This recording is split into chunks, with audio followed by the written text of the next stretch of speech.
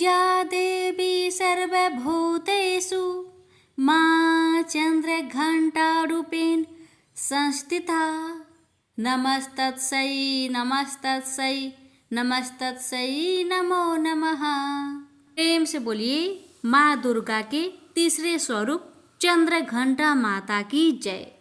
प्यारे भक्तों, आज आप सभी श्रवण करेंगे माँ चंद्रघंटा की व्रत कथा। नवरात्रि के तीसरे दिन इनका ही पूजन किया जाता है।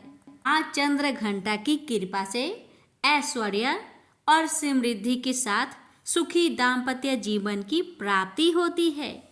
विवाह में आ रही समस्याएं दूर हो जाती है। माँ चंद्रघंटा की पूजा करते समय सुनहरे या पीले रंग के वस्त्र धारण करना अत्यंत शुभ माना गया है। माता को सफेद कमल और पीले गुलाब की माला अर्पित करने से भक्तों की सभी मनोकामनाएं पूरी हो जाती है। माँ चंद्रघंटा को भोग में केसर की खीर और दूध से बनी मिठाई का भोग अर्पित करना चाहिए। इसके अलावा पंचामृत, चीनी व मिश्री माता रानी को अर्पित की जाती है। आइए बड़े ही श्रद्धा से हम श्रवण करेंगे माँ चंद्रघंटा की व्रत कथा। इसके साथ ही आप सभी श्रवण करेंगे सभी मनोकामना को पूर्ण करने वाली माँ जगदम्बा की पावन कथा। इन कथाओं को जो भी आज के दिन श्रवण करता है उसकी सभी मनोकामना माता की कृपा से अवश्य ही पूर्ण हो जाती है। कथा। माँ चंद्रघंटा का रूप अत्यंत कल्याणकारी और शांतिदायक होता है। इनके माथे पर अर्ध चंद्रमा का आकार चिन्हित होता है, जिस कारण इन्हें चंद्रघंटा कहा जाता है। माँ चंद्रघंटा के शरीर का रंग स्वर्ण की तरह चमकीला है और इनके 10 हाथ है, जो कि खड्ग और अन्य अस्त्र शस्त्र से विभूषित है। सिंह पर सवार माँ चंद्रघंटा की मुद्रा युद्ध के लिए उद्धत रहने की है। इनकी पूजा करने से न सिर्फ घर पर सुख समृद्धि आती है, बल्कि रोगों से मुक्ति भी मिलती है। मन, वचन, कर्म और विधि विधान से माँ चंद्रघंटा की पूजा करने से सभी मनोकामनाएं पूरी होगी। पौराणिक कथाओं के अनुसार माँ दुर्गा ने माँ चंद्रघंटा का रूप तब धारण किया था जब दैत्यों का आतंक स्वर्ग पर बढ़ने लगा था। महिषासुर का आतंक और भयंकर युद्ध देवताओं से चल रहा था, क्योंकि महिषासुर देवराज इंद्र का सिंहासन प्राप्त करना चाहता था और स्वर्ग लोक पर अपना आधिपत्य जमाना चाहता था। जब देवताओं को इसका पता चला तो सभी परेशान हो गए और भगवान ब्रह्मा, विष्णु और महेश के पास पहुँचे। त्रिदेवों ने देवताओं की बात सुनी और क्रोध प्रकट किया। कहा जाता है इसी क्रोध से त्रिदेवों के मुख से एक ऊर्जा निकली और उसी ऊर्जा से एक देवी अवतरित हुई, जिनका नाम था चंद्रघंटा। उस देवी को भगवान शंकर ने अपना त्रिशूल, विष्णु जी ने अपना चक्र, इंद्र ने अपना घंटा, सूर्य ने अपना तेज और तलवार और सिंह प्रदान किया। इसके बाद माँ चंद्रघंटा ने महिषासुर का वध कर देवताओं और स्वर्गलोक की रक्षा की। प्रेम से बोलिए चंद्रघंटा माता की जय। अब आइए श्रवण करते हैं माँ जगदम्बा की पावन कथा। कथा को अधूरा ना छोड़े। प्राचीन समय की बात है। महाराज दनु के 2 पुत्र थे। उनके नाम रंभ और करम्भ थे। उन दोनों की बड़ी प्रतिष्ठा थी। वे दोनों संतानहीन थे, अतः पुत्र प्राप्ति के लिए तपस्या करने लगे। उन्होंने कई वर्षों तक तपस्या की। पंचनंद के पावन जल में तपस्या आरंभ हुई। करम्भ जल के अंदर दुष्कर तप करने लगा। रंभ परश्रेष्ठ दूध वाले वट वृक्ष के नीचे गया और पंचगिन की व्यवस्था करके तपस्या में लीन हो गया। जब रंग पंचागिन तपता हुआ साधना में तप्तर हो गया तब उन दोनों दैत्यों की स्थिति का पता लगने पर सचीपति इंद्र बहुत ही दुखी हो गए। वे स्वयं पंचनंद पहुंचे। ग्राह का भेष धारण करके उन्होंने जल में प्रवेश किया तथा तपस्या में निमग्न कर्म के पैर पकड़ लिए। उनके इस प्रयास से दुराचारी कर्म की जीवन लीला समाप्त हो गई। अपने भाई का मरण सुनकर रंभ के क्रोध की सीमा ना रही। उसके मन में ऐसी इच्छा उत्पन्न हुई कि अपना मस्तक अग्नि को भेंट कर दूं। अतः उसने सहसा बाएं हाथ से अपने सिर की चोटी पकड़ ली और दाएं हाथ से तीखी तलवार लेकर मस्तक को धड़ से अलग कर देना चाहा। इतने में ही उसे समझाने के लिए अग्निदेव वहां प्रकट हो गए। अग्निदेव ने कहा, दैत्य, तुम में बड़ी मूर्खता भरी हुई है, तभी तो अपना मस्तक काटने को तैयार हो गए हो। भला आत्महत्या जैसे अत्यंत अधम कर्म में तुम्हारी प्रवृत्ति कैसे हो गई? तुम्हारा कल्याण हो, इससे वर मांग लो। मन में जो भी इच्छा हो मांग सकते हो। अग्निदेव की बात सुन रंभ ने कहा, देवेश, यदि आप प्रसन्न हैं तो मुझे अभिष्ट वर देने की कृपा कीजिए। मैं तीनों लोकों पर विजय पाने वाला पुत्र चाहता हूँ, जिसको देवता, दानव और मानव कोई भी किसी प्रकार पराजित ना कर सके। वह अपनी इच्छा के अनुसार रूप धारण कर सके, उसमें असीम शक्ति हो। अग्निदेव ने कहा, ठीक है, तुम्हारी अभिलाषा पूर्ण होगी। महाभाग रंभ, जिस सुंदरी भाड़े पर तुम्हारा मन डिग जाए, उसी के गर्भ से महान पराक्रमी पुत्र तुम्हें प्राप्त होगा। अग्निदेव की बातें सुनकर रंभ ने उनके चरणों में मस्तक झुकाया और अपने स्थान की ओर चल दिया। रंभ का स्थान संपूर्ण समृद्धियों से संपन्न था। वह अनेक यक्ष मौजूद थे। पशु भावनापन राक्षस तो था ही, काम भाव से एक महिषी पर उस दानव की दृष्टि पड़ी। उस समय वह भैंस भी जवानी के मद में चूर थी। रंभ उस पर आसक्त हो गया। होनी बड़ी प्रबल होती है, उसके वीर्य से वह महिषी गर्भवती हो गई। उसी समय एक दूसरा भैंसा उस भैंस पर टूट पड़ा। अतएव उस भैंसे को मारने के लिए रंभ स्वयं सामने आ गए और उस पर झपटा। वह बलवान भैंसा भी कमांध था। उसने तुरंत अपने नुकीले सींगों से रंभ को चोट पहुंचानी शुरू कर दी। इससे वह दानव मूर्छित होकर भूमि पर गिर पड़ा और उसके प्राण शरीर से अलग हो गए। अपने स्वामी रंभ के मर जाने पर वह बेचारी महिषी भय से अत्यंत घबराकर वहां से भाग चली। वह वेगपूर्वक एक बट वृक्ष के नीचे जाकर यक्षों की शरण में चली गई। उसके पीछे लगा हुआ वह भैंसा भी वहां पहुंच गया। बल के अभिलाषा में तो वह चूर था ही। यक्षों ने देखा कि वह महिषी अत्यंत कतार होकर आंखों से आंसू गिरा रही है और भय से उसका कलेजा कांप रहा है।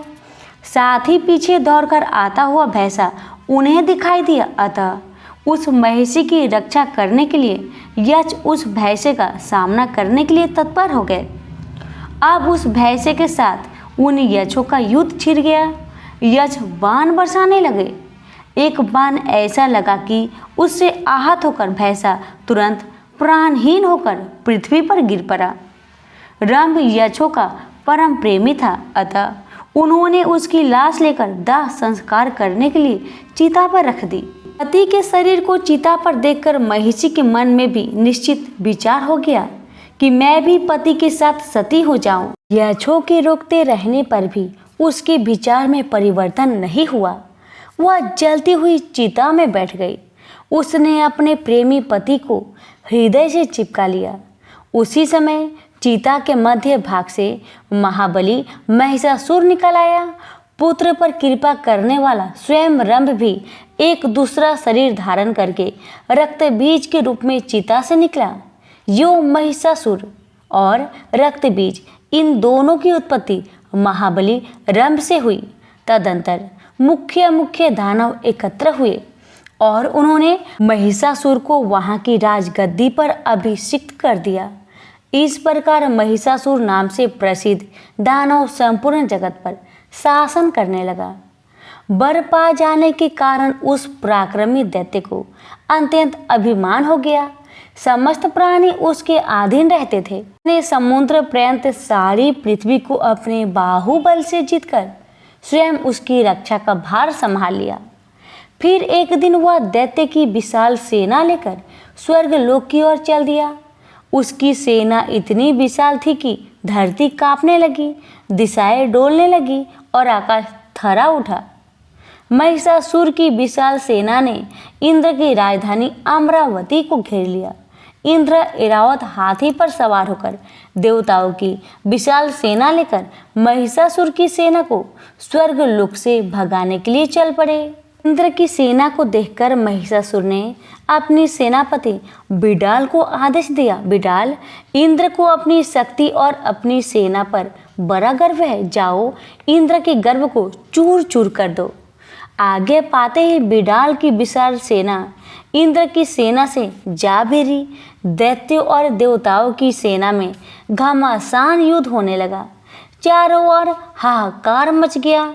अचानक इंद्र के पुत्र जयंत ने सूर्य की किरणों की तरह चमचमाते 5 बाण धनुष चढ़ाए और बिडाल पर छोड़ दिए।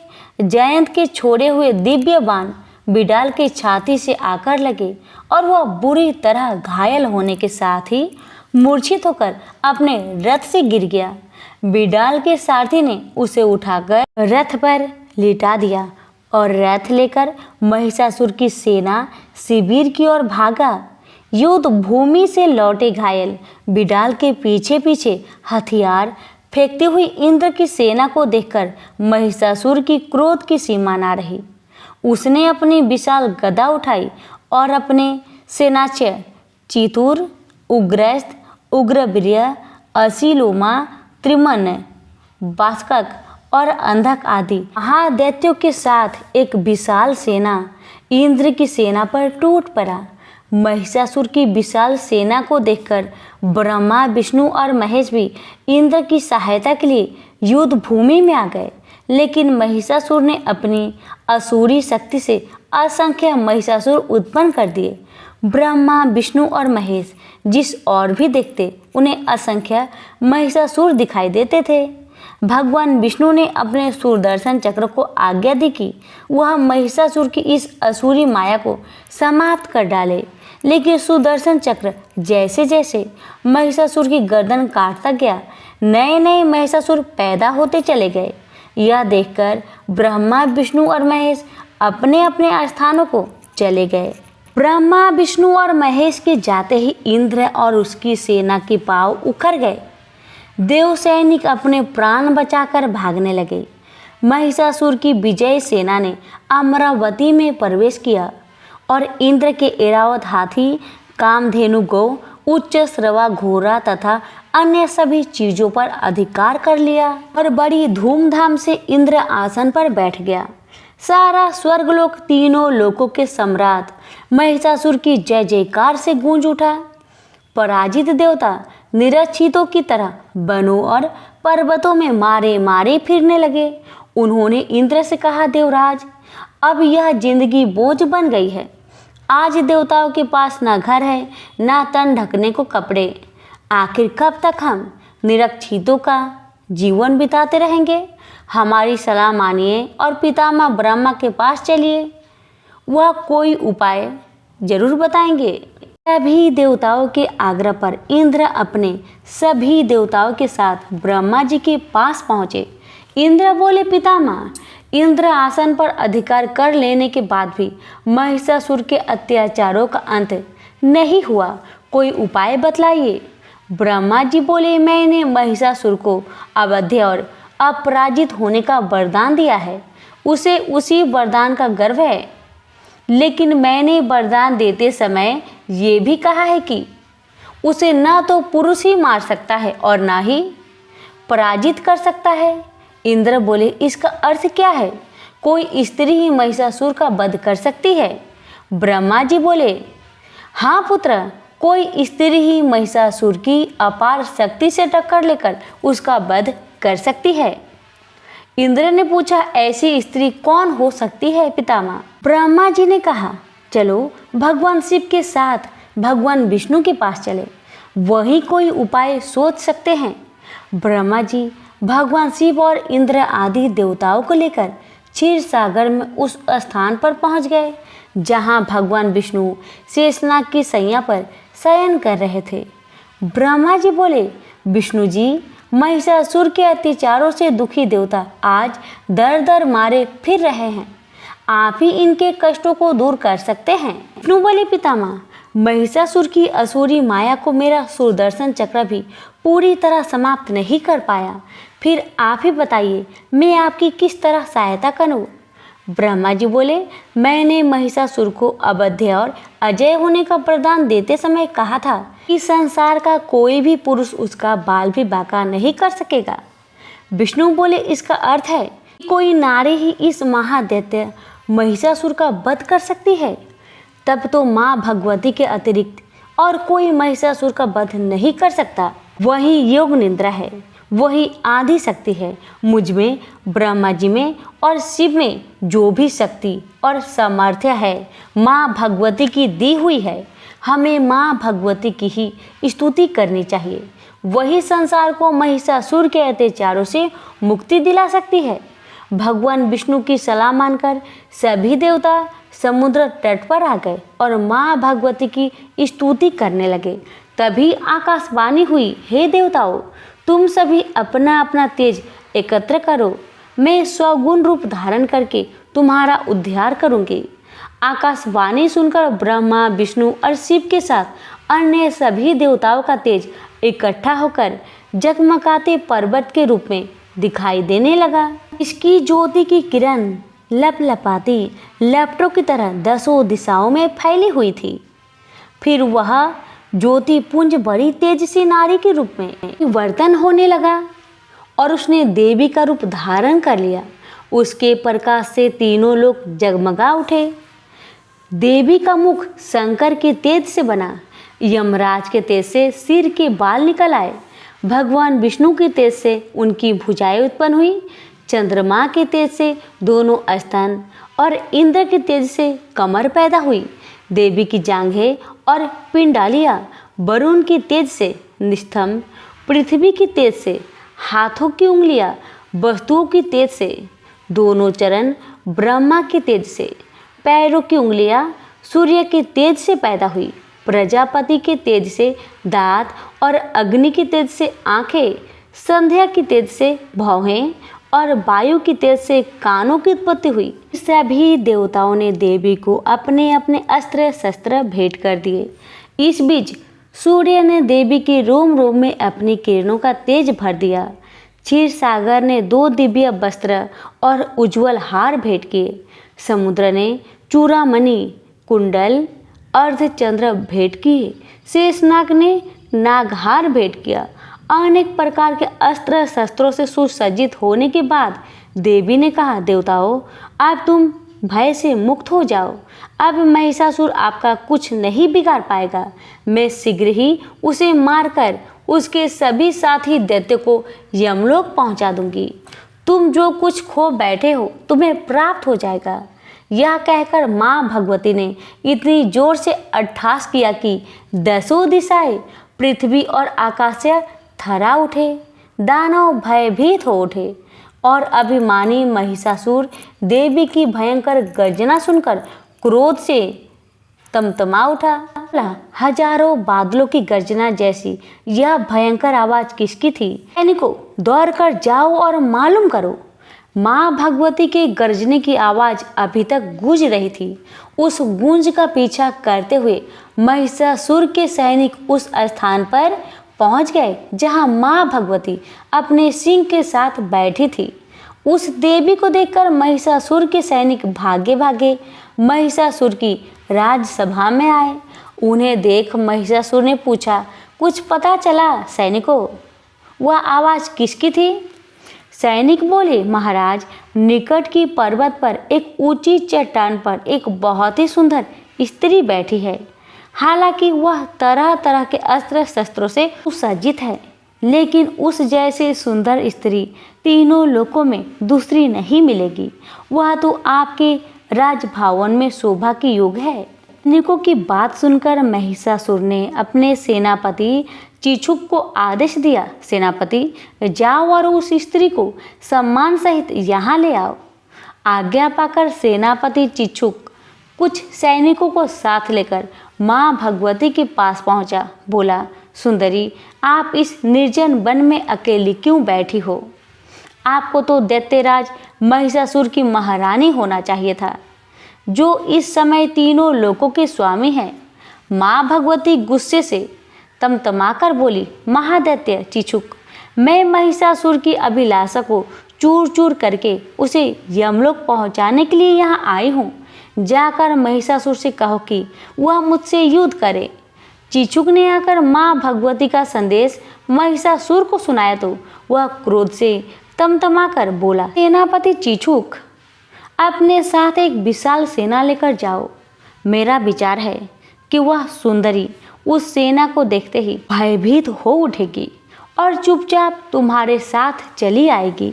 आज्ञा पाकर चिछुक दैत्यों की एक विशाल सेना लेकर माँ भगवती के निकट पहुंचा तो उस भयंकर सेना को देखकर डरने की बजाय माँ भगवती ने अपना धनुष उठाया और इतनी तेजी से बाण बरसाने लगी कि चिछुक और उसकी सैनिक ने हथियार हाथों में भी न ले सके। माँ भगवती की भीषण बाण वर्षा ने असंख्य दानव सैनिकों को मौत के घाट उतार दिया। उसमें सेनापति चिछुक भी शामिल था। अपने सेनापति के मरते ही बचे खुचे सैनिक अपने अस्त्र शस्त्र फेंककर भाग टूटे और महिषासुर के पास आकर बोले, महाराज, वह स्त्री कोई साधारण स्त्री नहीं है।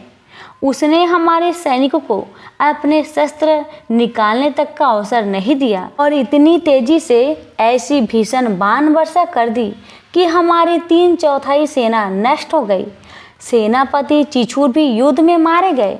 चिछुर की मृत्यु का समाचार सुनकर महिषासुर का क्रोध और भी भड़क गया। उसने अपने 2 सेनापतियों को आदेश दिया, सेनापति वास्कल और सेनापति दुर्मुख, अपनी अपनी सेना लेकर जाओ और उस स्त्री को या तो यहाँ आने पर विवश कर दो या फिर मार डालो। वहाँ सेनापति चिछुर के वध का उससे बदला लेकर ही आना।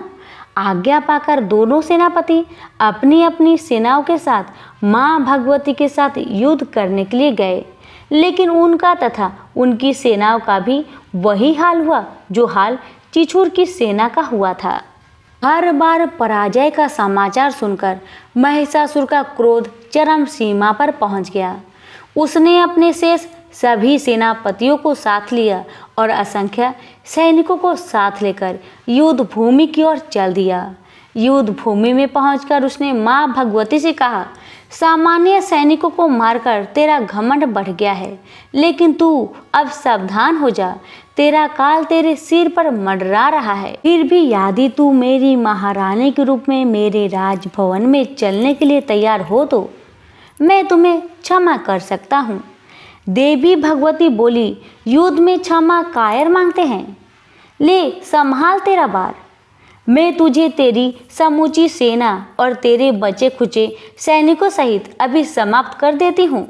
देवलोक और पृथ्वी पर अधिकार करके तूने देवताओं और मनुष्यों को जितने दुख दिए हैं, मैं उतने ही बाणों से तेरे शरीर को बेध दूंगी।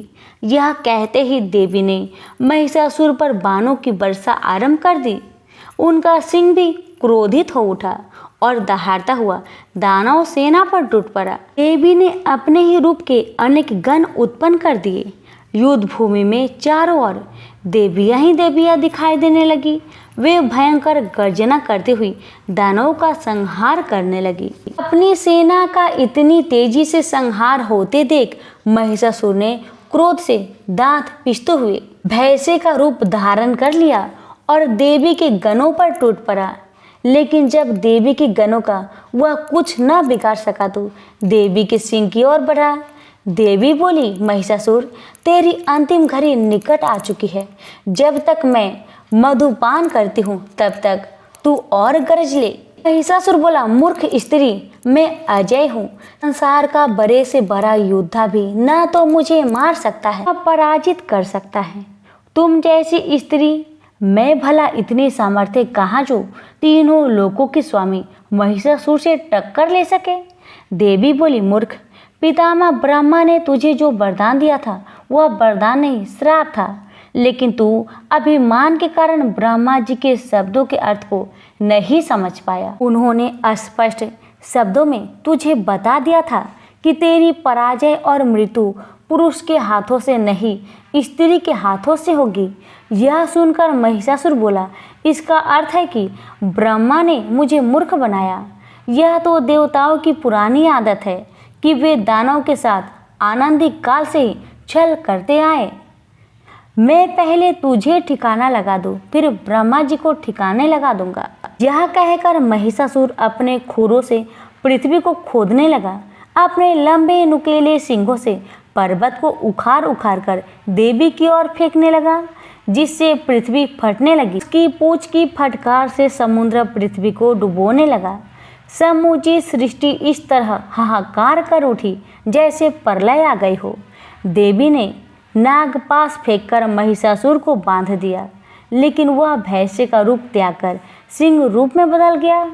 फिर जैसे देवी तलवार से उसका सिर काटने लगी, वह खड्गधारी पुरुष बन गया। देवी ने उसे बाणों से बांध डाला। तब उसने विशालकाय गजराज का रूप धारण कर लिया और देवी के वाहन सिंह को जय कर लिया। यह देख देवी ने तलवार से उसकी सुर काट दी। महिषासुर देवी की ओर झपटा, लेकिन उसके और देवी के बीच अनेक देवी के गण आ खड़े हुए और महिषासुर से युद्ध करने लगे। फिर देवी उछलकर महिषासुर पर सवार हो गई और अपने पैरों से उसे दबाकर उसकी गर्दन पर त्रिशूल का वार कर दिया। पैरों से दबा होने पर महिषासुर पुरुष का रूप धारण करके भैंसे के मुख से निकलने लगा, लेकिन अभी उसका आधा शरीर ही बाहर निकल पाया था कि देवी की तलवार ने उसका सिर काट डाला। यह देख महिषासुर की बची खुची सेना पाताल की ओर भागने लगी। महिषासुर के मरते ही देवता आकाश से देवी पर पुष्प बरसाने लगे। यक्ष, गंधर्व और किन्नर तरह तरह के वाद्य इंद्रिय बजाकर नाचने गाने लगे। तो प्रेम से बोलिए, आदि शक्ति माता की जय। क्षमा प्रार्थना। हमें देवी माता से इस प्रकार क्षमा याचना करनी चाहिए। हे परमेश्वरी, मेरे द्वारा रात दिन बहुत से अपराध होते रहते हैं। मुझे अपना दास समझकर मेरे उन अपराधों को आप कृपा पूर्वक क्षमा करिए। परमेश्वरी, मैं आह्वान करना नहीं जानती, विसर्जन करना नहीं जानती तथा पूजा करने का ढंग भी नहीं जानती। हे माँ, मुझे क्षमा करिए। देवी सुरेश्वरी, मैंने जो मंत्रहीन ना मंत्रों को मैं जानती हूँ, क्रियाहीन ना क्रियाओं को जानती हूँ और भक्तिहीन ना भक्ति के प्रकार जानती हूँ। पूजन क्या है वह सब आपकी कृपा से पूरे हो। सैकड़ों अपराध करने के बाद भी जो आपके शरण में आके जगदम्बा कहकर पुकारता है, उसे वह गति प्राप्त होती है जो ब्रह्मादि देवताओं के लिए भी पाना आसान नहीं है। जगदम्बिके, मैं अपराधी हूँ, किंतु आपकी शरण में आया हूँ। इस समय दया का पात्र हूँ, आप जैसा चाहे वैसा करे। हे देवी परमेश्वरी, अज्ञान बस भूल से या बुद्धि भ्रष्ट होने के कारण मैंने जो भी न्यूनता या अधिकता कर दी हो, वह सब क्षमा करे और प्रसन्न होइए। सच्चिदानंद स्वरूपा परमेश्वरी, जगत माता कामेश्वरी, आप प्रेम पूर्वक मेरी यह पूजा स्वीकार करें और मुझ पर प्रसन्न रहे। देवी सुरेश्वरी, आप गोपनीय से भी गोपनीय वस्तु की रक्षा करने वाली हैं। मेरी निवेदन किए हुए इस जप को ग्रहण करिए। आपकी कृपा से मुझे सिद्धि प्राप्त हो। इस प्रकार क्षमा प्रार्थना मंत्र के पाठ से दुर्गा माता आपके जाने अनजाने में हुए सारे अपराधों को क्षमा करेंगी और उनकी कृपा सदैव आपके ऊपर बनी रहेगी। तो प्रेम से बोलिए जगदम्बा माता की जय।